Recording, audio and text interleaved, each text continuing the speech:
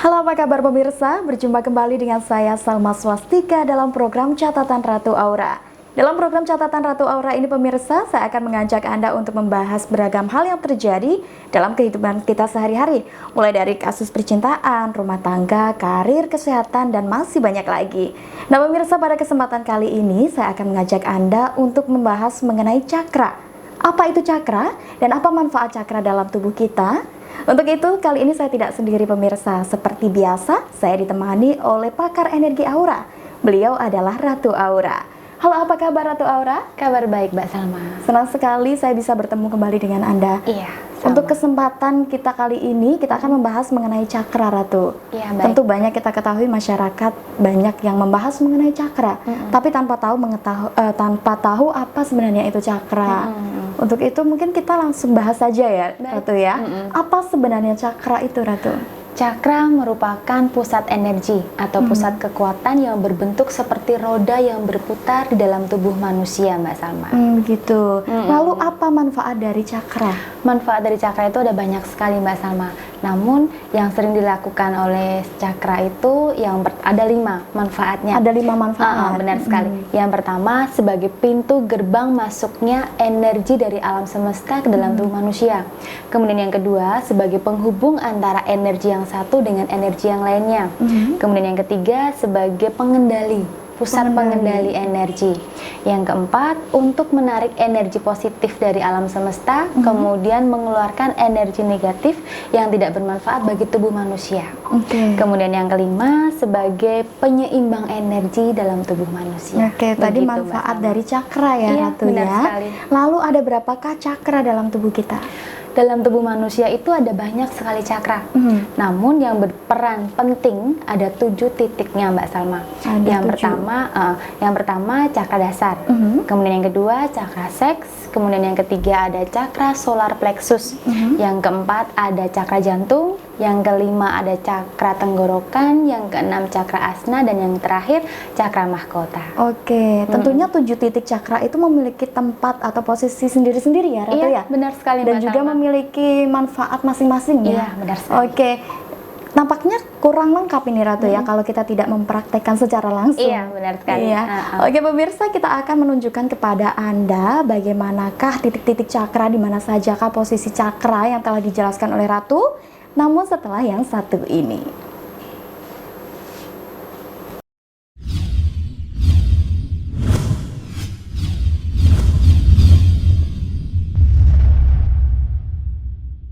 Terima kasih pemirsa, Anda masih bersama kami dalam program Catatan Ratu Aura.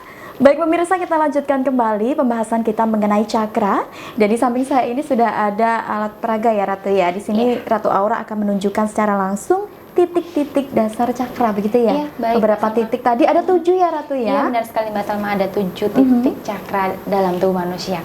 Saya akan tempel-tempelkan ya, Mbak Salma, sesuai dengan warnanya. Begitu. Cakranya. Sekaligus dengan posisinya ya, Ratu ya? Baik, benar Tadi yang sekali. pertama ada cakra dasar ya, Cakra Ratu dasar. Cakra dasar itu berwarna merah ya, Mbak Salma. Letaknya di tulang ekor pada manusia atau tepatnya di anus. Begitu. Saya letakkan di sini ya, Mbak Salma. Di bawah ya, Ratu ya? Iya, di bawah paling dasar. Untuk yang selanjutnya? Yang kedua, cakra seks. Cakra seks itu letaknya di atas alat kelamin manusia atau di bawah perut. Letaknya di sini. Mungkin sebentar tuh.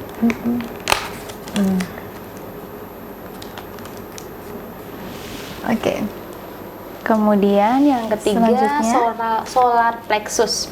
Letaknya di perut, warnanya kuning ya, Mbak Salma ya. Baik. Ini perut di sini. Selanjutnya, yang keempat cakra jantung. Cakra jantung. Iya, warnanya hijau. Berwarna tepat hijau. di dada atau di jantungnya manusia. Baik. Kemudian warna biru cakra tenggorokan. Letaknya di sini. Ini gambarnya sedikit lucu ya, Mbak Salma ya, ini tim kreatifnya. Sedikit imut ya pemirsa ya gambarnya. Kemudian cakra asna letaknya di dahi. Di dahi. Warnanya di tengah ya, Ratu ya. Ini warnanya nila. Untuk yang terakhir, Ratu ini? Yang terakhir di kepala, tepatnya di ubun-ubun manusia. Di sini ya, Mbak Salma ya. Iya. Baik, sudah. inilah tadi pemirsa gambar cakra, titik-titik cakra yang ada dalam tubuh manusia. Tentunya dalam setiap titik-titik ini memiliki makna dan juga manfaat tersendiri ya Iya, Ratu ya? memiliki manfaat tersendiri Mbak Salma. Oke, Setiap mungkin cakranya. bisa dijelaskan Ratu Iya, apa baik. saja sih manfaat dari Baik, setiap saya cakra ini? jelaskan ya Mbak Salma ya. Yang pertama ini cakra dasar. Letaknya di tulang ekornya manusia atau di anus, warnanya merah, bermanfaat untuk penyemangat hidup manusia. Dan juga ini kan pintu gerbang masuknya energi alam semesta ke dalam tubuh manusia, juga bermanfaat untuk kesehatan. Begitu. Kemudian yang kedua ada cakra seks yang letaknya di atas alat kelamin manusia atau di bawah perut manusia, berwarna jingga atau orange, yang bermanfaat untuk organ-organ reproduksi manusia atau seksualitas, dan juga bermanfaat untuk kasih sayang atau asmara. Begitu, percintaan. Kemudian yang ketiga warnanya kuning, solar plexus. Iya.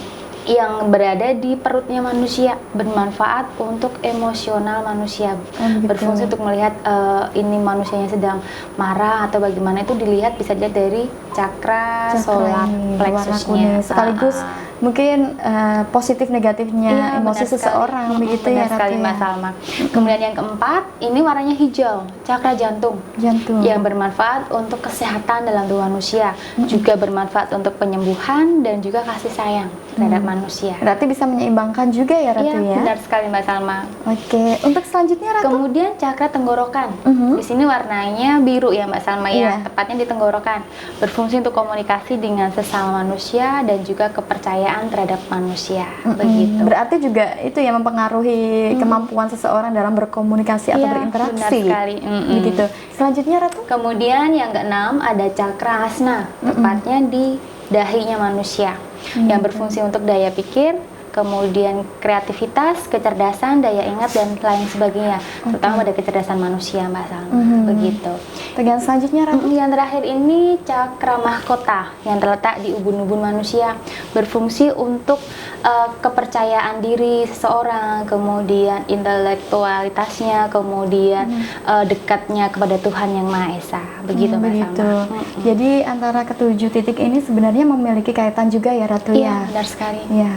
Baik pemirsa, tentu Anda penasaran bagaimana sih cara melihat cakra? Bisa kan ya Ratu ya? Bisa dilihat, namun tidak bisa dilihat secara kasat mata Mbak Salma, harus ada latihan secara khusus agar bisa melihat cakra manusia dengan kasat mata. Namun nanti saya akan praktekkan bagaimana caranya agar bisa melihat cakra dengan menggunakan alat atau EEG. EEG dengan alat. Oke. Kelihatannya sangat menarik sekali ya Ratu ya. Saya juga sudah penasaran bagaimana caranya kita melihat cakra. Pemirsa, Anda tentu penasaran kan bagaimana kita akan melihat cakra dengan alat EEG? Kita akan lanjutkan setelah yang satu ini.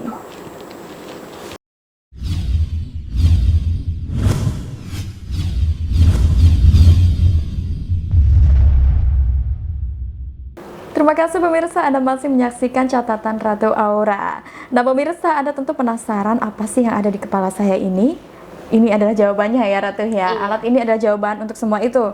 Nah pemirsa, sekarang telah bersama kami ini alat EEG.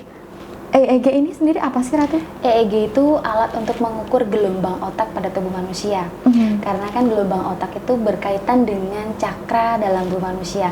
Kalau cakranya itu bagus, berarti gelombang otaknya juga bagus Mbak Salma. Oh begitu ya Ratu ya. Jadi ini merepresentasikan cakra kita begitu ya? Benar sekali. Ya pemirsa, mungkin langsung dijelaskan saja. Saya dan juga pemirsa sudah penasaran. Baik. Apa sih yang dimaksud dengan gambar ini Ratu? Iya baik.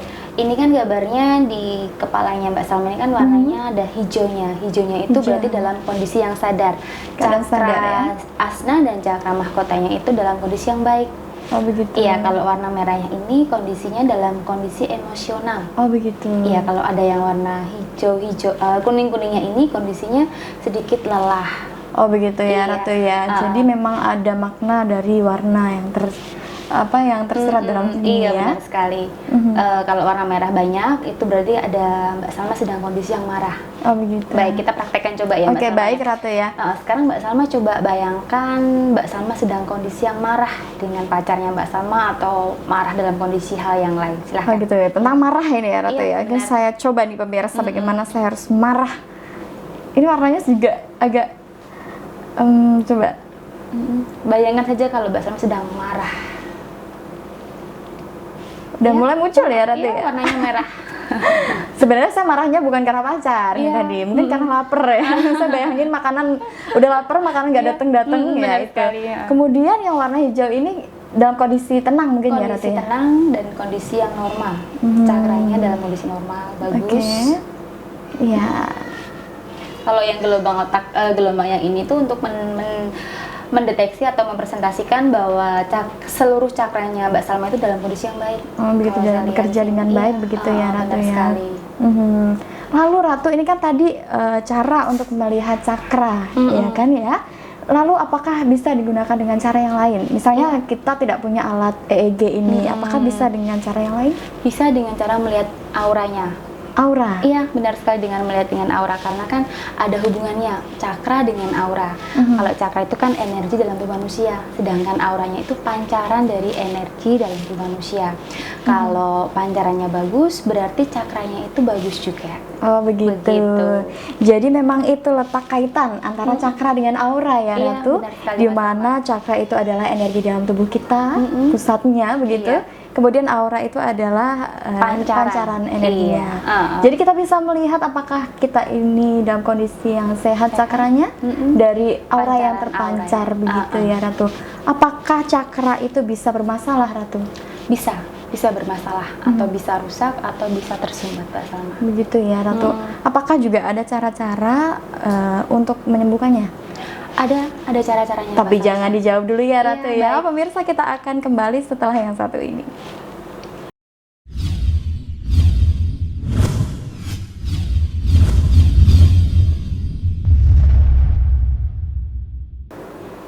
Terima kasih pemirsa, Anda masih menyaksikan program Catatan Ratu Aura.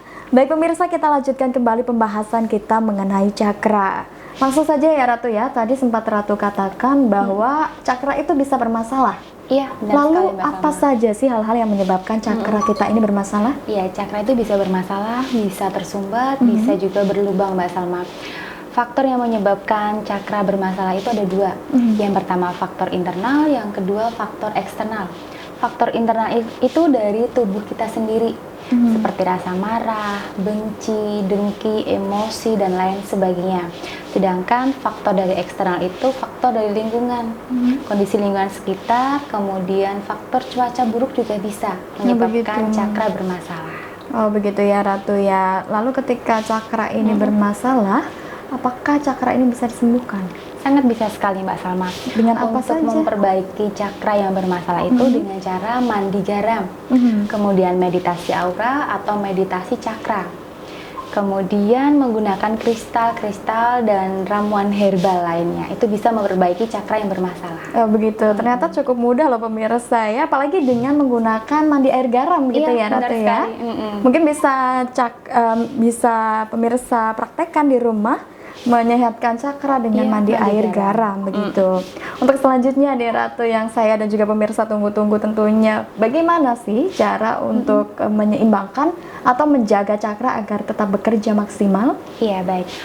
Untuk menyeimbangkan agar cakra itu bekerja dengan maksimal, yaitu jagalah kondisi tubuh agar selalu sehat.